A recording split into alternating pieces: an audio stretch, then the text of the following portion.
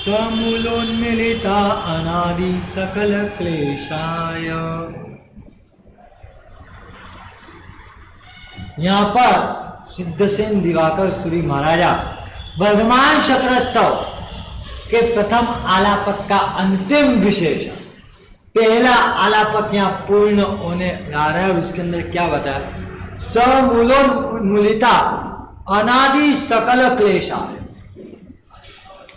सकल कर्मों क्लेश के मूलों को मूल से समाप्त करने वाले कौन हो? तो वो अरिहंत परमात्मा।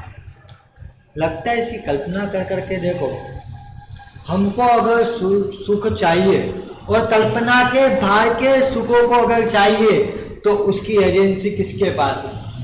कल्पवृक्ष। आपको सुख चाहिए और कल्पना के बाहर के सुख चाहिए तो वो आपको किससे मिल सकते हैं? कल्पवृक्ष से मिल सकते हैं। और दुखों के अंदर भी कैपेसिटी के बाहर के अगर दुख चाहिए तो वो एजेंसी किसके पास है? क्लेश वृक्ष। क्लेश वृक्ष के पास है। हम किस दिशा में चल रहे? ये क्लेश वृक्ष जो है ना, आत्मा के अंदर नहीं हुए अशुभ संस्कारों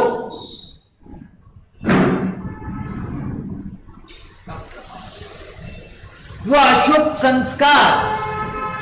अशुभ संस्कारों की शुरुआत हो सकती है पर उसका प्रवाह तो क्या अनादिकाल से लगा हुआ है। आपसे पूछ ले कि क्लेश का कोई कर्म है, वो अशुभ संस्कार की आपके अंदर शुरुआत हुई होगी पर उसका प्रवाह तो कब से आ रहा है? हाँ? गंगा के अंदर पानी आता है और चले जाता है पर गंगा का प्रवाह कभी रुकता है क्या? हाँ? ऐसा कैसा क्लेश का सिस्टम है? ये क्लेश का संस्कार आया और चले गया पर वो निरंतर प्रवाह तो कब से चला आ रहा है? अनादि काल से चला आ रहा है। उस अनादि के प्रवाह को मूल से खदेड़ने का कार्य किसने करा? अरिहंत परमात्मा ने उसको मूल से खदेड़ा भी है और सकल क्लेश को उखेड़ा है। किसको? मूल से निकालना, संपूर्णतः निकालना। आपके टीवी के स्क्रीन पे कोई दृश्य आता हो और एकदम टीवी की स्क्रीन बंद हो जाए, वो दृश्य बंद हुआ क्या? आपके यहाँ की स्क्रीन बंद हुई पर उसी दृश्य को अगर सर्वर से ही निकाल दिया जाए तो मूल से जड़ से निकालना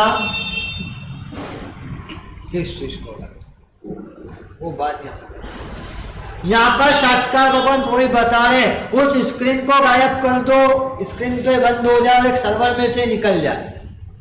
परमानेंट इलाज कहाँ पे हुआ? स्क्रीन बंद करी तो कि सर्वर में से गया तो? सर्वर में से गया तो कोई व्यक्ति को पैरोल पे वो जेल में से बाहर आया हो, राहत मिली है, उसको वहां पे राहत मिली है पर मुक्ति नहीं मिली। मुक्ति तो कब मिलेगी? जब वो पूर्णतः सजा कर करके बाहर आ जाए तो हो सकता है। आपको बुखार आ रहा हो और आपको किसी ने डोलो ला करके दे दी तो वो क्या कर सकती है आपको? वो आपको बुखार में राहत देगी पर पता चल गया हो कि मलेरिया और इसके लिए लारिगो का पूरा डोज लेना पड़ेगा तो लारिगो क्या करेगी? आपको उस बुखार में से मुक्ति दिला देगी। राहत और मुक्ति के अंदर का डिफरेंस समझ में आ रहा है? प्रभु ने यहाँ क्लेश के ऊपर राहत प्राप्त नहीं की, क्या करा था? सकल क्लेश से मुक्त हो गए थे। और व्यक्ति कब मुक्त हो सकता है? जब उसके अंदर संस्कार, शुभ संस्कार हो जाए। मेरे पास संस्कार के एक घटनाक्रम है। 18 साल का नौजवान है, बात कर रहा हूं मैं मोहनदास करमचंद गांधी। कितनी उम्र थी? 18 साल। और उनकी माता जमुना देवी। कौन माता? मोहनदास करमचंद गांधी को पढ़ने के लिए इंग्लैंड जाना है। कहाँ पे जाना है? पढ़ने के लिए इंग्लैंड जाना है। और माँ को डर है कि वहां जाकर करके लड़का बिगड़ ना जाए। आपसे पूछता हूं, आपको कभी भय होता है? आपको भय होता है कि लड़के को कहीं बाहर भेज के ये बिगड़े नहीं, उसके सुरक्षा का इंतजाम क्या? वो तो विचार जैन महात्मा के पास जाकर के इसको पचकान दिला दिए जाए तो ये कभी भी जीवन में पतित नहीं हो सकता। वो मोहन को लेकर करके गुरु भगवंत के पास जाते, भगवंत ये बाहर पढ़ने के लिए जा रहा है और इसको 3 पचकान दो। उस समय मोहन को कहती है, मोहन तू बेटा महाराज साहब से पचकान ले रहा है, प्रतिज्ञा ले रहा है, इसका पालन करना। और तब मोहनदास कहता है, माँ तुझे क्या मेरे पे विश्वास नहीं है? विश्वास रख। तब माँ कहती, बेटा तेरे पे तो विश्वास है, पर तेरे से ज्यादा विश्वास मेरे को इंग्लैंड के वातावरण पे। किस पे? तेरे से ज्यादा विश्वास मुझे इंग्लैंड के वातावरण पे। और वहां पर 3 चीजों की प्रतिज्ञा उसको दिलाई। सबसे पहले नॉनवेज, किसी भी स्त्री को देखना नहीं।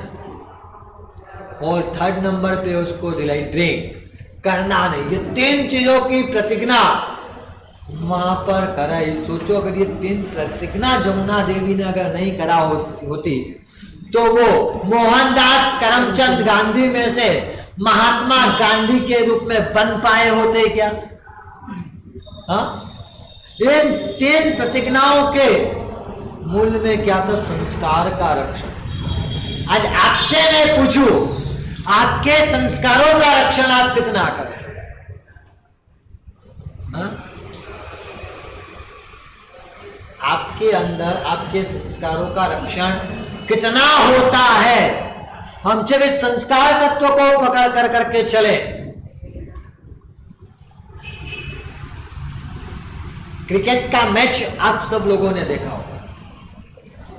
जब सामने वाला प्रतिद्वंदी बॉलर हो, वो बॉलिंग करता है, सामने बैट्समैन खेल रहा हो, तो उस बॉलर को अपनी ताकत से ज्यादा बैट्समैन की क्या पता होनी चाहिए? कमजोरी पता होना चाहिए। उसको पता हो कि मैं भैया 140 की स्पीड से जसप्रीत बुमराह बॉल डाल सकता है, पर सामने खेलने वाले बैट्समैन की कमजोरी पता ना हो तो क्या होगा? और पता चल जाए कि इंग्लैंड के बैट्समैन की भी कमजोरी है कि शॉर्ट पिच बॉल नहीं खेल सकते, शॉर्ट बॉल नहीं खेल सकते, और फिर हमारे वो चारों के चारों फास्ट बॉलर शॉर्ट बॉल डालने लगते तो क्या होता है? हारा हुआ मैच भी इंडिया जीत करके आ जाती है। कारण आपको आपकी स्ट्रेंथ से ज्यादा क्या पता होना चाहिए? Weakness point. अगर उसे वीकनेस पॉइंट के ऊपर आप मजबूत रहे तो आपकी हार हो सकती है क्या? नहीं हो सकती। आज तक जितने भी लोग संस्कार से गिरे उसका कारण क्या है? हाँ, उसका कारण क्या है? वो अपने वीकनेस पॉइंट को समझ ही नहीं पाए। मैं दूसरे का वीकनेस पॉइंट देखने की बात नहीं कर रहा हूं, खुद के वीकनेस पॉइंट को, वीक पॉइंट को उन्होंने पकड़ा ही नहीं, परिणाम वो घिर कर करके चले गए। आपके साथ क्या होता? हम बात कर रहे हैं मेरे संस्कार। क्लेश को मूल से उखाड़ा जब जा सकता है जब मेरे अंदर शुभ संस्कार, मेरे पास आज संस्कार कैसे?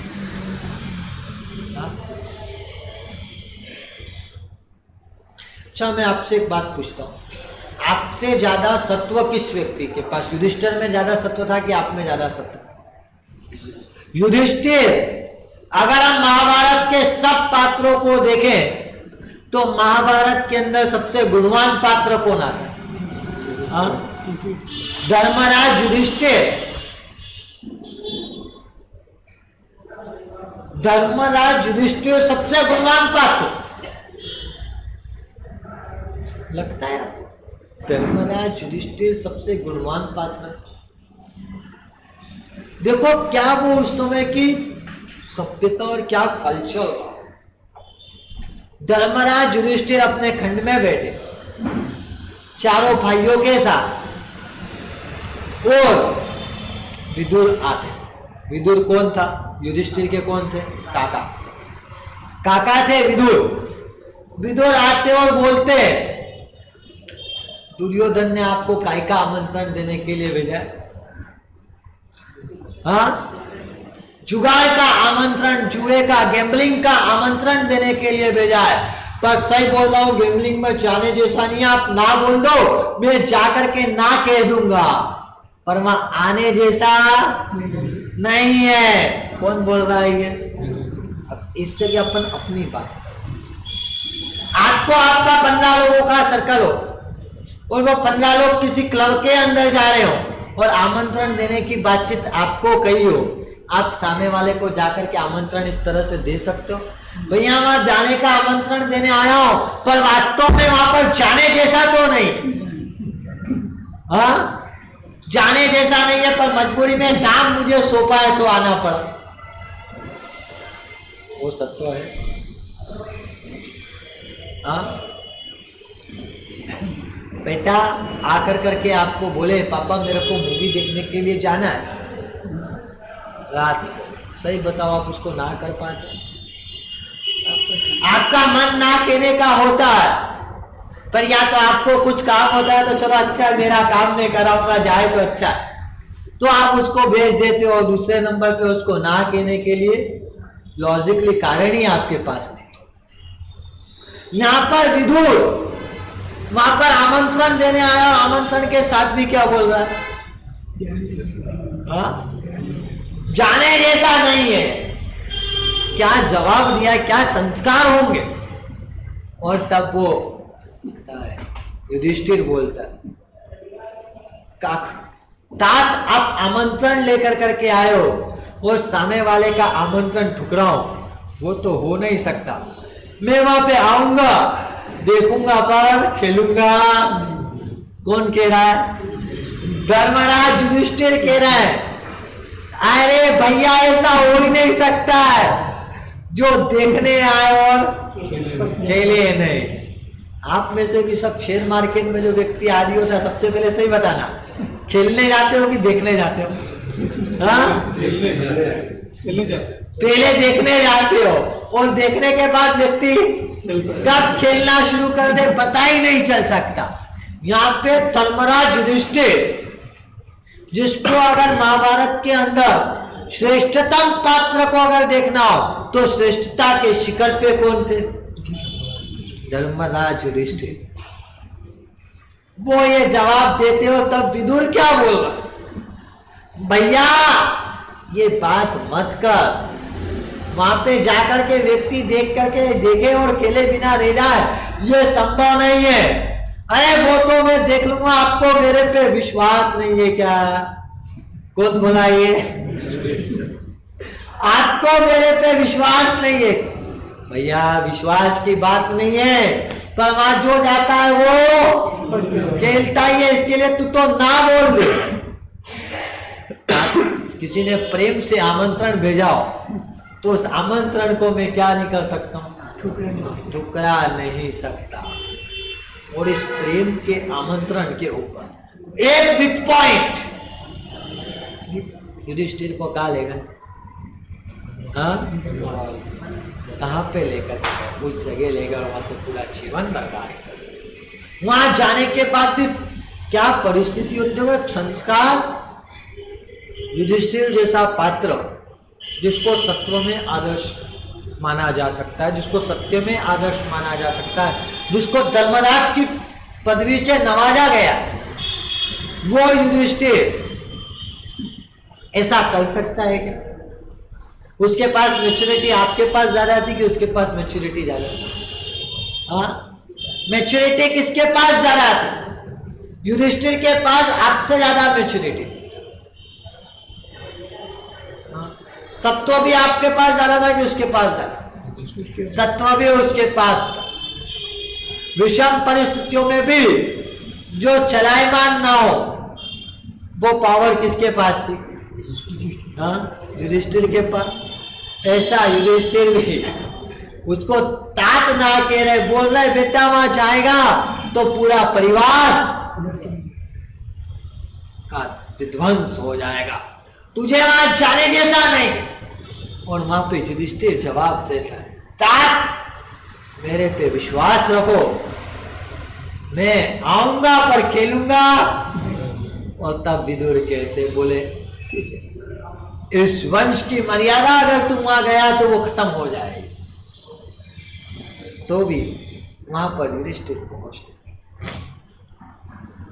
अब खेलने पासे फेंकने वाले कौन थे?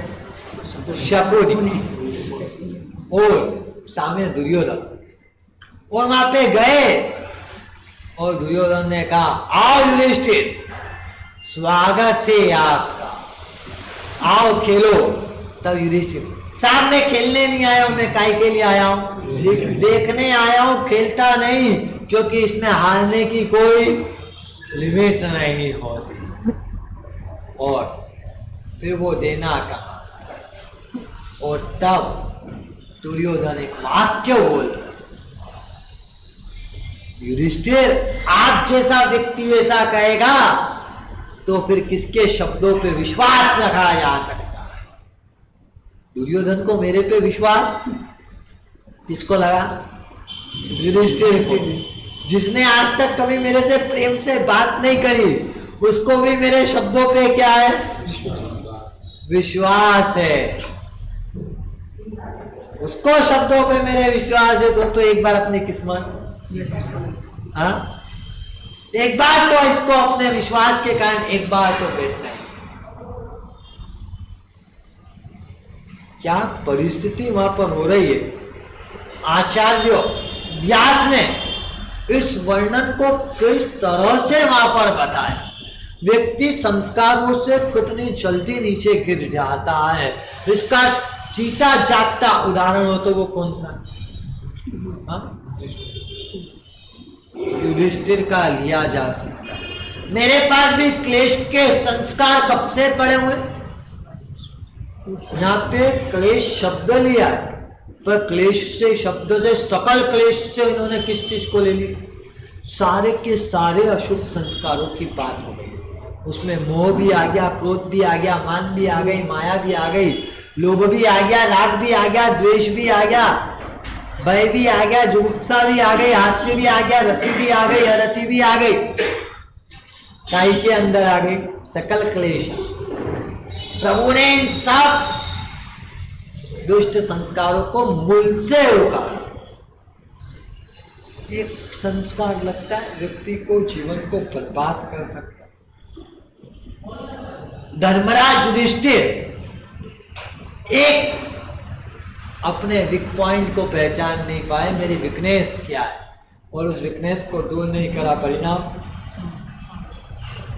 जाकर करके पहुंचे ये बात कि चलो ठीक है खेलने। अब वो चार को तो खेलना आता ही नहीं था। कौन थे चार? भीम, अर्जुन, सहदेव और नकुल। चारों को कुछ भी आता नहीं था। इसको बोल रहे भाई रुक जा, क्या कर रहे, चिंता क्यों करते हो, मैं हूं ना। हम भी क्या करते हैं, हाँ पता है आपको 2001 के अंदर 26 जनवरी पे कच्छ में भूकंप आया। उस भूकंप में क्या हुआ?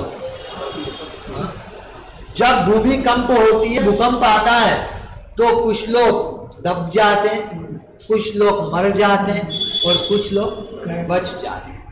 कब होता है ये? जब भूमि का कंप होता है। पर जब मार्केट के अंदर कंप आता है तब क्या होता है? कोई बचता नहीं है, कोई मरता नहीं है, सबके सब दब जाते हैं, सबके सब दब जाते हैं। लगता है शॉर्ट टर्म्स के अंदर व्यक्ति कैसे भी कर करके बनने जाए, वो होता क्या है? अंत तो उसका विजय माल्या या नीरव मोदी जैसा ही हो सकता है। और वो सिस्टम से चले तो ही वो रतन टाटा बन करके उभर सकता है। आप किसके ट्रैक को अपनाना पसंद करते हो? विजय माल्या, नीरव मोदी या रतन टाटा? हाँ, विजय माल्या। हम ट्रैक विजय माल्या का लेकर करके चल रहे हैं। मैं बात युधिष्ठिर की कर रहा था कि एक अशुभ संस्कार ने क्या करा और पहला दांव लगाया। एक उसके पास मणि था, रत्न मणि, उसको लगाया पहले दाव के अंदर, दुशासन, दुर्योधन। हाँ, इस मणि के लिए तो अपने को युद्ध लड़ने के लिए अपन तैयार थे, और सबसे पहले इसने किसको दाव पे लगा दिया?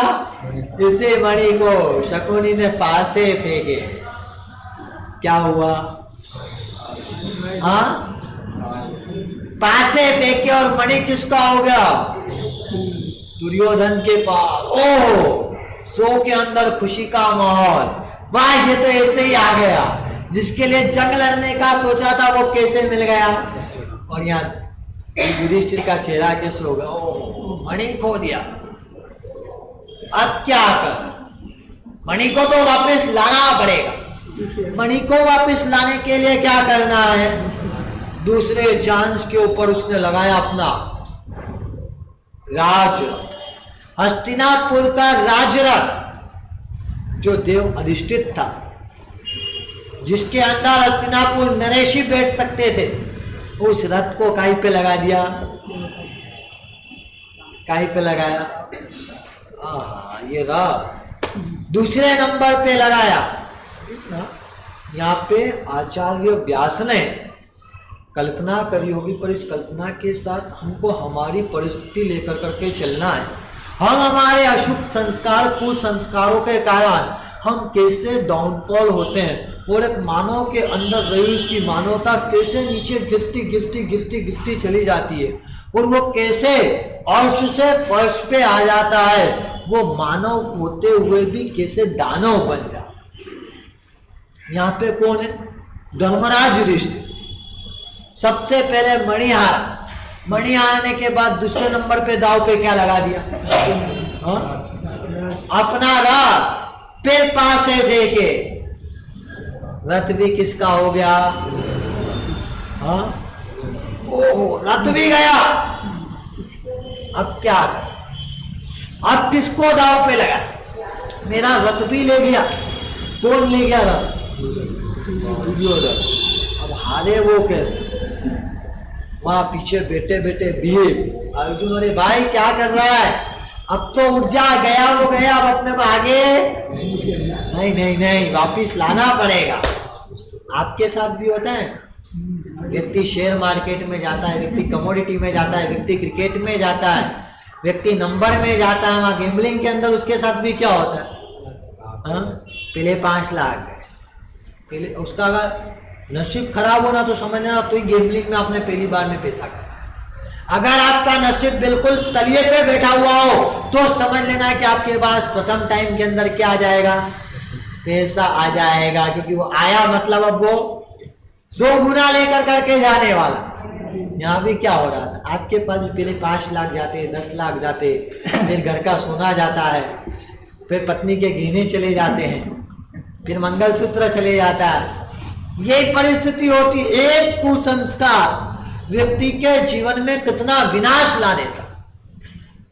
और यहाँ पे उन्हीं कुसंस्कारों को समाप्त करने के लिए यहाँ पर वो विशेषण बताया, जिन्होंने मूल से सकल क्लेशों को उखाड़ दिया था, सकल अपने अंदर लाए हुए कुसंस्कारों को समाप्त कर दिया था, वो अरिहंत। क्या करा? दूसरे नंबर पे आया, तीसरे नंबर पे, पहले पे मणि खोया, दूसरे पे आप लगाई, बोले 1 लाख दासिया। कितनी दासिया? 1 लाख दासिया। उन सबका दिमाग खराब, बोले ये क्या कर रहा है, करेंगे क्या इसके बिना? फिर पासे चले गए। क्या हुआ? 1 लाख दासिया भी उगाई। उसके बाद अब क्या? अब क्या? कितने दाव लगे अभी तक? 3 दाव लगे, चौथे दाव पे आया। एक बार और, अब तो सब निकाल के ले आऊंगा। चौथे नंबर पे उसने दाव पे लगाया 1 लाख दाव। कितने? 1 लाख दास उसने दाव पे लगा दिया। अब क्या होगा? वो भी गया। अब क्या बचा? देखो, व्यक्ति का एक कुसंस्कार जिसको हमने श्रेष्ठता के ऊपर मापा गया, जिस तरह रामायण के अंदर राम का किरदार था, वैसे ही महाभारत के अंदर धर्म और आदर्श का किरदार कौन था? युधिष्ठिर थे। और वो युधिष्ठिर अब क्या कर रहा है? क्या कर रहा है? 1 लाख दास भी गए, फिर सोचता अब क्या लगाऊं, अब तो मेरे पास सैन्य बच गया। वो सैन्य के अंदर कौन सी चीज मजबूत? हाँ, किसी भी युद्ध को जीतना हो तो आज के समय में उसकी वायुसेना जितनी मजबूत हो, उतने स्पीड के अंदर वो क्या कर देता है? युद्ध को बदल देता है। पर जब राजा महाराजाओं के अंदर युद्ध होते थे तो वहां विमान की जगह वो दर्जा होता था हाथी। किसका होता था? हस्ती दल जिसका मजबूत, वो युद्ध के अंदर विजय हो सकता। और उस समय उसने अपने 1000 हाथी का दल काई पे लगा दिया, दाव पे। हाँ, कितने? 1000 हाथी लगा दिए। आज के विमान और उस समय का हाथी का लेवल क्या था? बराबर था। और यहाँ पे 1000 हाथी दाव पर लगे, क्या हो? हाँ, एंड खत्म, ये भी गया। मणि खोई, मणि के बाद खुद का रथ खोया, रथ के बाद दासियां खोई, दासी के बाद दास, उसके बाद हाथी भी गए। कौन से नंबर पे आए? भी 5वां राउंड। 5वें राउंड पे आकर के तो इसने क्या कर दिया? वो बोल रहे भाई अब तो उठ जा, शांति रखो, वापिस सब लेके आना। क्या करना है? वापिस। आप भी क्या करते हो? 50 गए तो 50 कवर करके बंद कर दूंगा। अरे भाई 50 कवर करने में दूसरे 50 और क्या होंगे? दूसरे 50 और चले जाएंगे। सही बोल रहा हूं, गलत बोल रहा हूं? वो 50 कवर करने व्यक्ति जाता तो उसके साथ दूसरे 50 और चले जाते। व्यक्ति जब इस चक्रव्यूह में उलझता है ना तो वैसे ही उलझता जाता।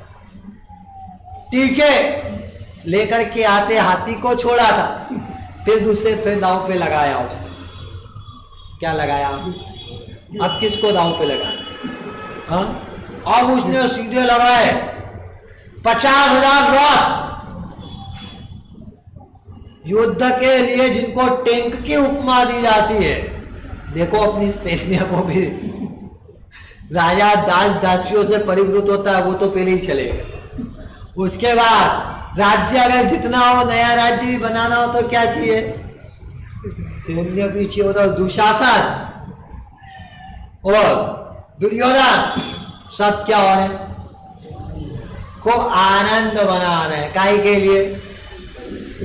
हाँ, वाह क्या मामा ने चाल चली है, जिसके लिए इतना सारा युद्ध लड़ना पड़ता, जान को जोखिम में डालना पड़ता, वो सब चीजें कैसे आ रही है?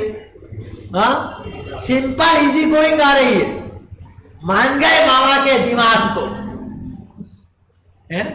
आपको भी आता है ना, जब पहली बार आप शेयर मार्केट के अंदर 10,000 लगा करके 1 लाख बना करके आते हो तो उसके बाद सबसे पहले क्या बोलते हो?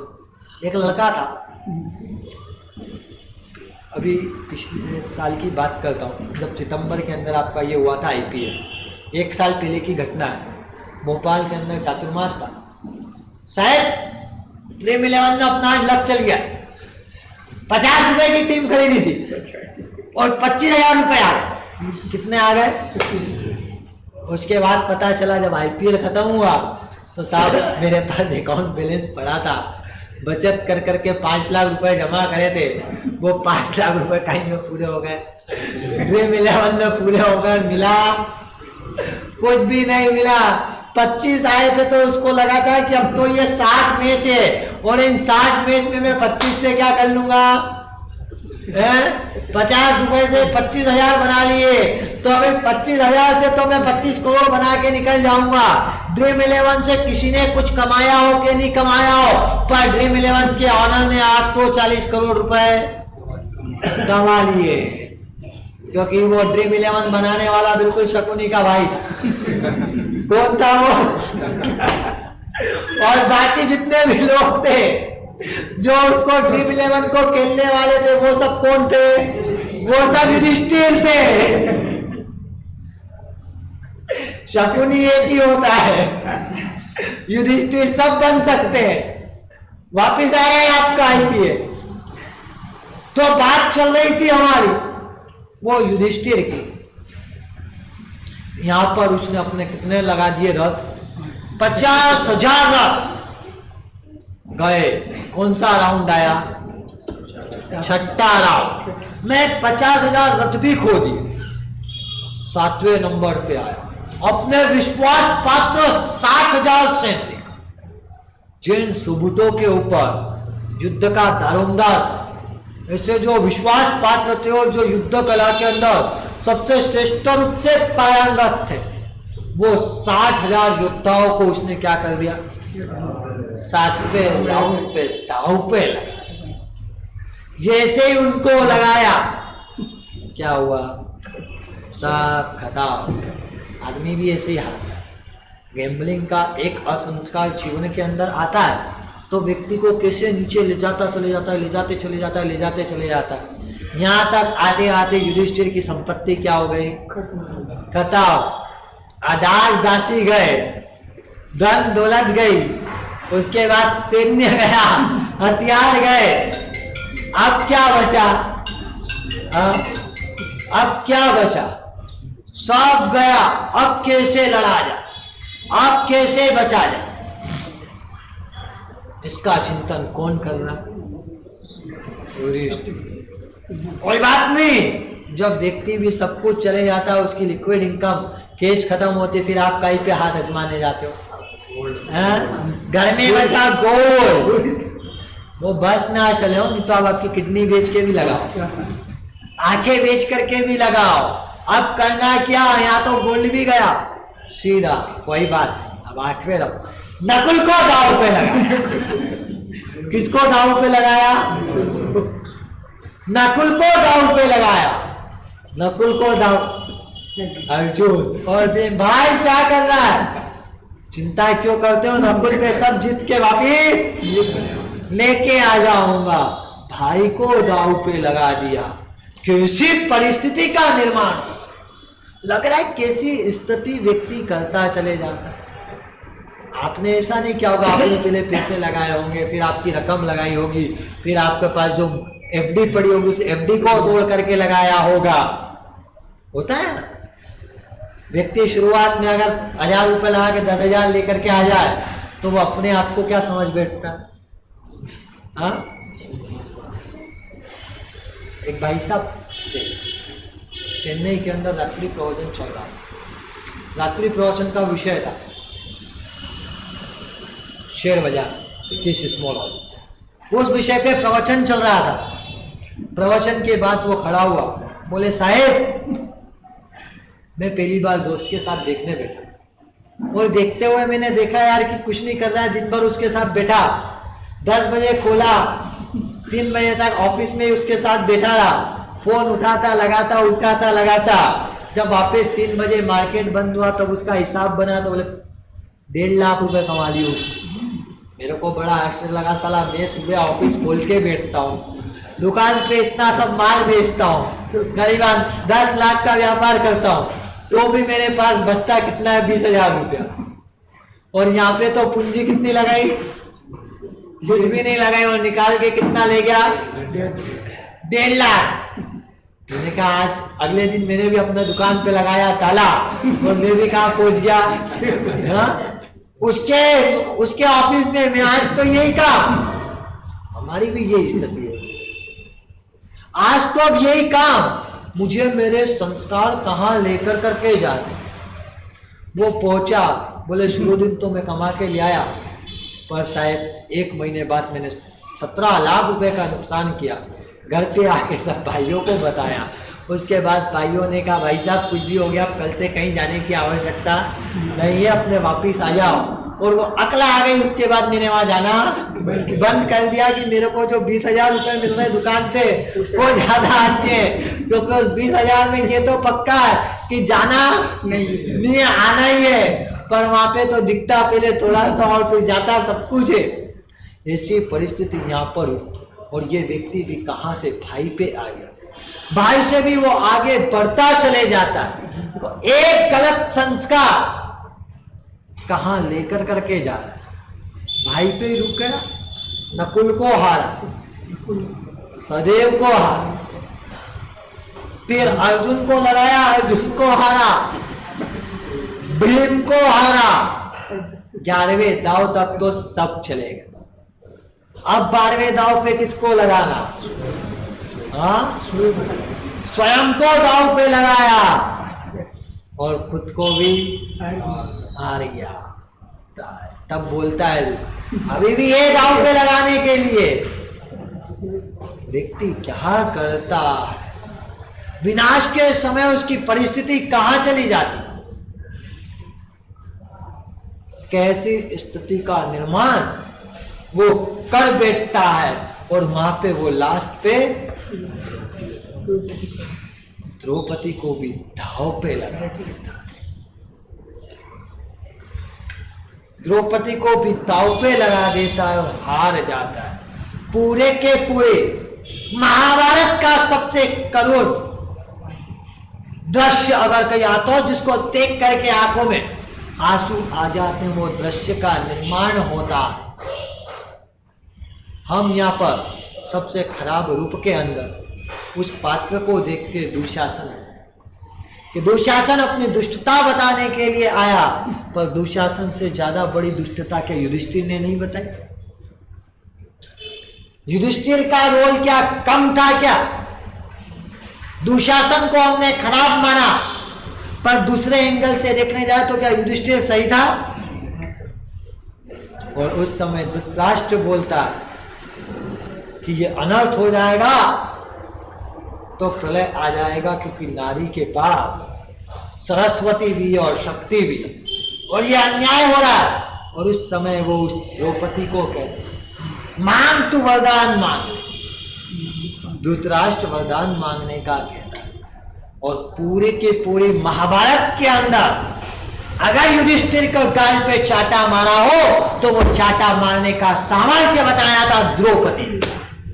पूरे महाभारत को उठा करके देख लेना, युधिष्ठिर को मारने का सामर्थ्य किसने बताया?